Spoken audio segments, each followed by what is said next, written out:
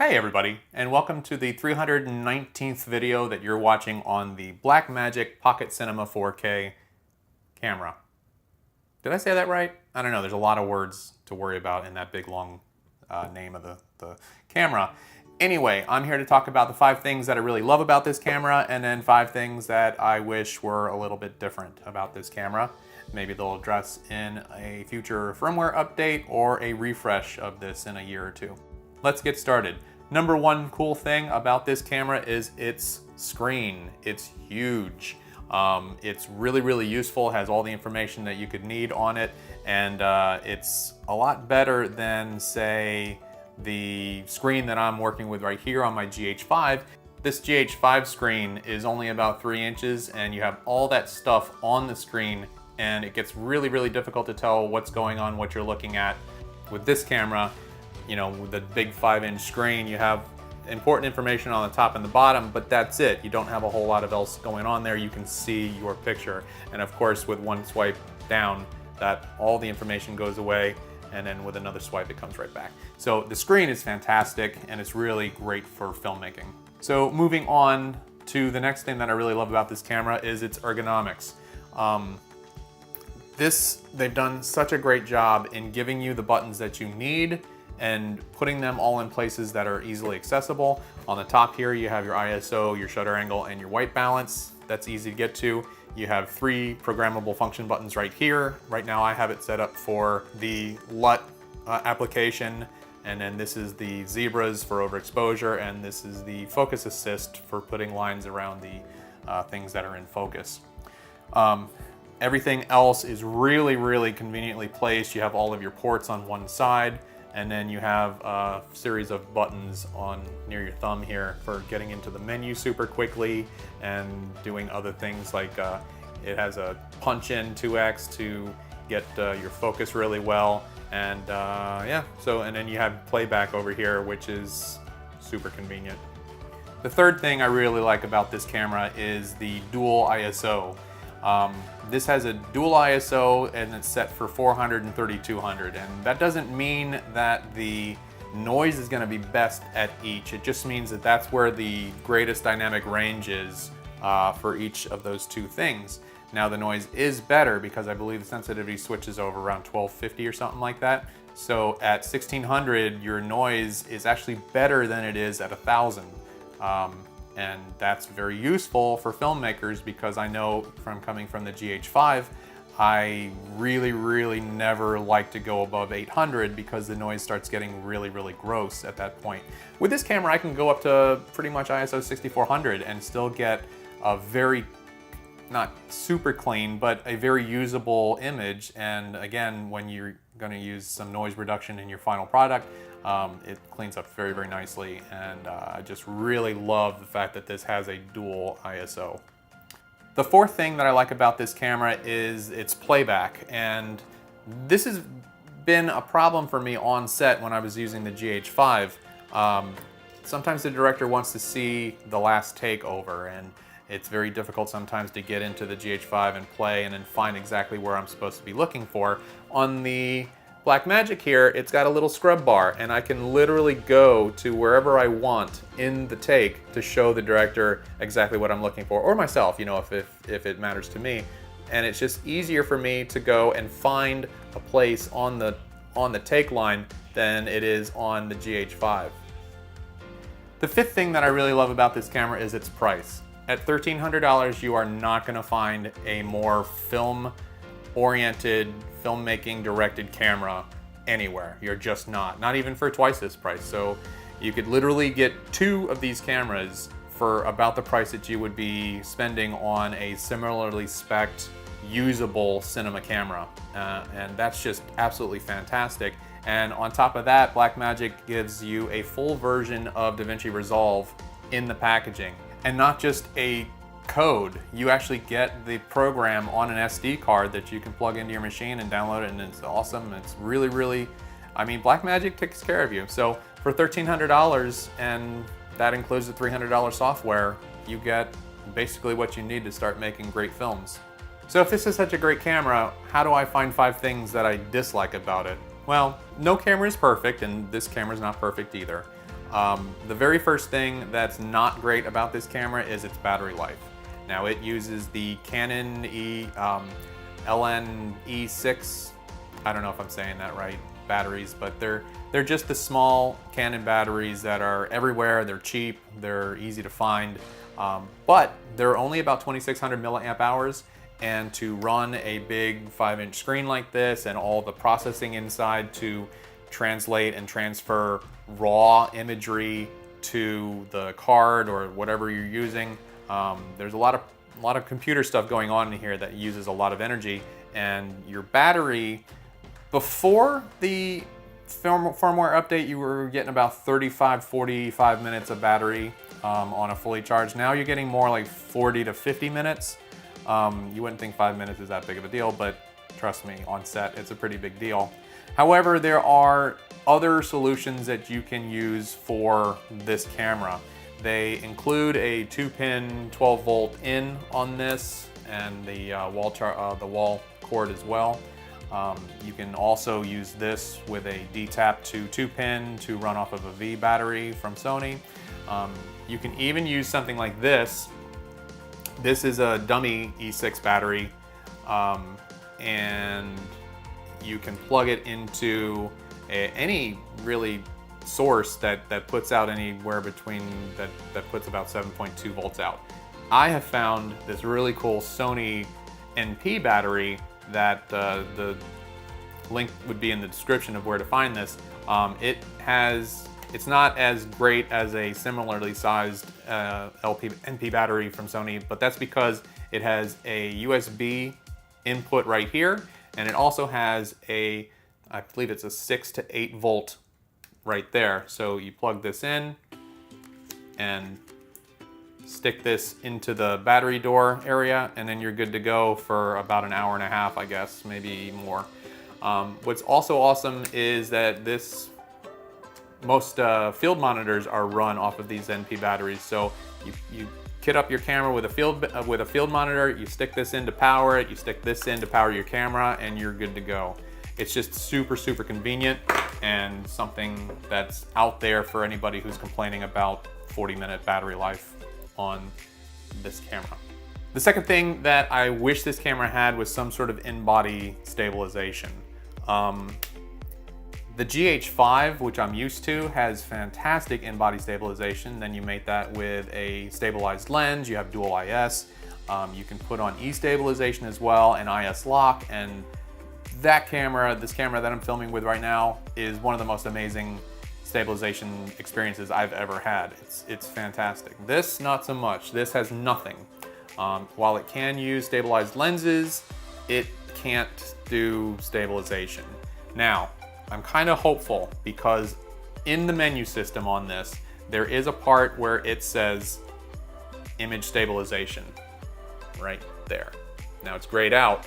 I don't know if it's grayed out because this is not a image stabilization lens, or if they're thinking about one day putting in some sort of electronic stabilization or whatever. I don't know why that's there, but I'm hopeful that either it's going to come in a future firmware update or in the next version of this camera, there's going to be actual in-body stabilization. Now, it's not critically important since this is usually going to be rigged up. It's usually going to be maybe shoulder mounted or just on a gimbal.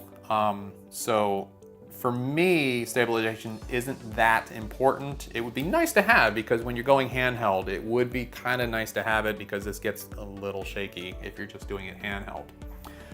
So I can remain hopeful. The third thing that I am kind of irritated with this camera are these little flappy doors on the side here. Generally speaking, when I'm shooting a short film or something, these doors are open. It's in a cage. There's a bunch of things plugged into this, and I wish these were easily removable.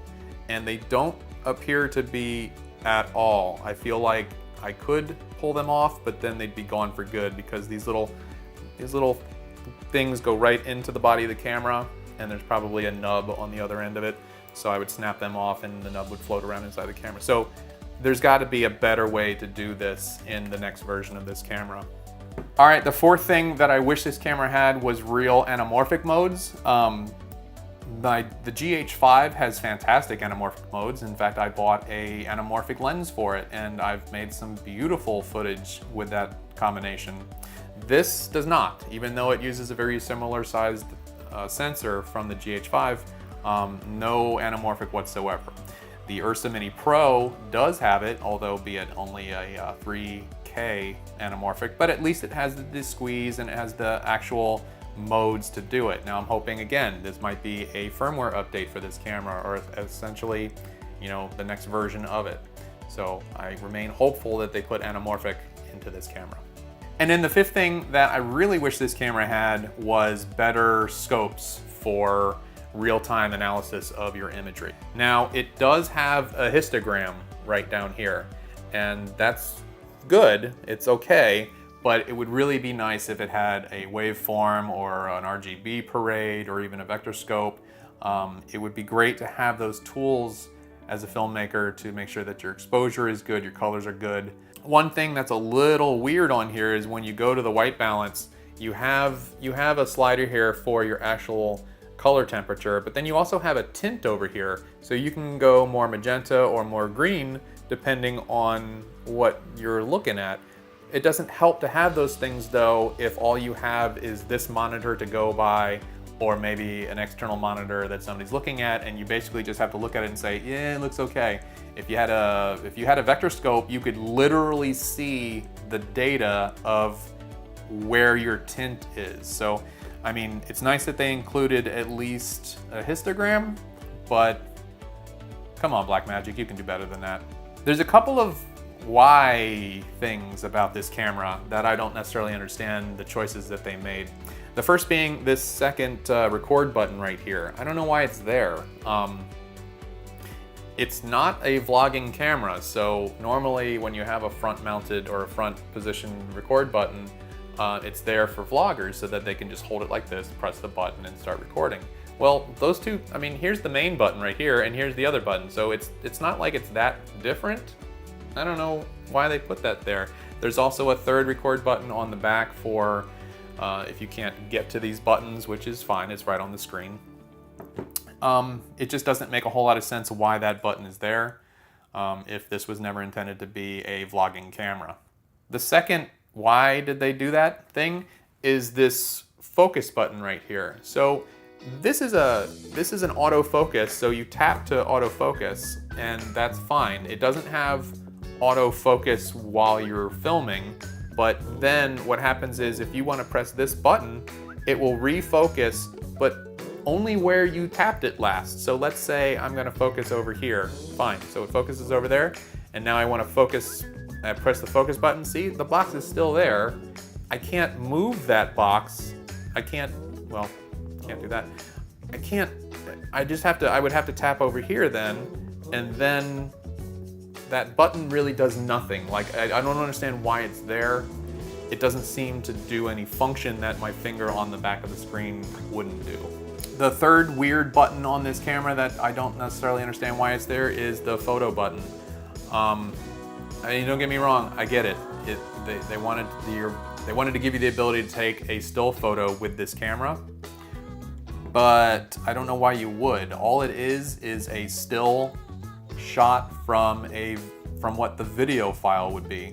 It's not more resolution, it's not sharper, it's not better, it's just a frame taken at whatever frame rate you're set up to use here. So there's no benefits to having the photo button on here. What would be really nice is if these buttons were extra programmable buttons for other things, but they're not. And then the last thing I want to talk about is the omission of an SDI port. Now you do have a full HDMI port right here, and full HDMI is certainly better than mini or micro HDMI, but it would be nice to also have SDI, because with HDMI, if you're running out to an external monitor or an eyepiece or anything, there's always going to be a little bit of a delay. It's on the level of like 30 milliseconds or something like that, but it's still a delay, and it can be a little off-putting if you're trying to use an eyepiece or whatever. SDI is all the way down to like 0 delay. It's almost instantaneous, maybe 1 or 2 milliseconds. And it also gives you better options for if you want to run this out to a wireless transmission thing. SDI is so much better for that, because one of the reasons why you have a wireless transmission is sometimes you have a focus puller who's using wireless, who's looking at a screen that's not attached to your rig. You know, they're off doing their thing. And if you have delay, that's not gonna make their job easy. So it's just one of those things where SDI would have been a very welcome addition to this camera. I know it's on the Ursa Mini Pros. It's on many Canon video focused cameras. But maybe in version 2 of this, they're gonna have SDI coming out of it. And yeah, the last thing that some people complain about this camera is the Micro Four Thirds lens mount. I don't, because I come from GH4, GH5 Micro Four Thirds, so I have several of the lenses. My photography background, I use Nikon full frame cameras, so I also have a speed booster to put on this to use the Nikon lens selections that I have, and that's worked flawlessly. There's been no problems with that at all. And then there's plenty of very good Micro Four Thirds lenses out there. This is my favorite at the moment. This is an Olympus 12-40, and it's not parafocal, which would have been nice, but what it does have is this ring right here, the focus ring, which is clickable. And when it's clicked in the up position, then it's focused by wire and it just goes around and around and around. When it's down, it is a full mechanical focus functionality, and that's good for using a follow focus. So you have hard stops on your focus. Anyway, it also has a button on here. I don't know what it's for. I don't use it. So those are my thoughts of the BlackMagic Pocket Cinema Camera 4K. And I love it. I absolutely love it. I love the material that comes out of it. It's a really great camera. I've very few complaints about it, as I've mentioned. You're going to see a couple of videos in the future of me showing you how I rig this up for my shoots, and then maybe how I use it on a gimbal. So that's it. If you have any questions about this BlackMagic Pocket Cinema Camera 4K, let me know in the comments. I'll be happy to respond to them if I can. And thanks for watching. Bye.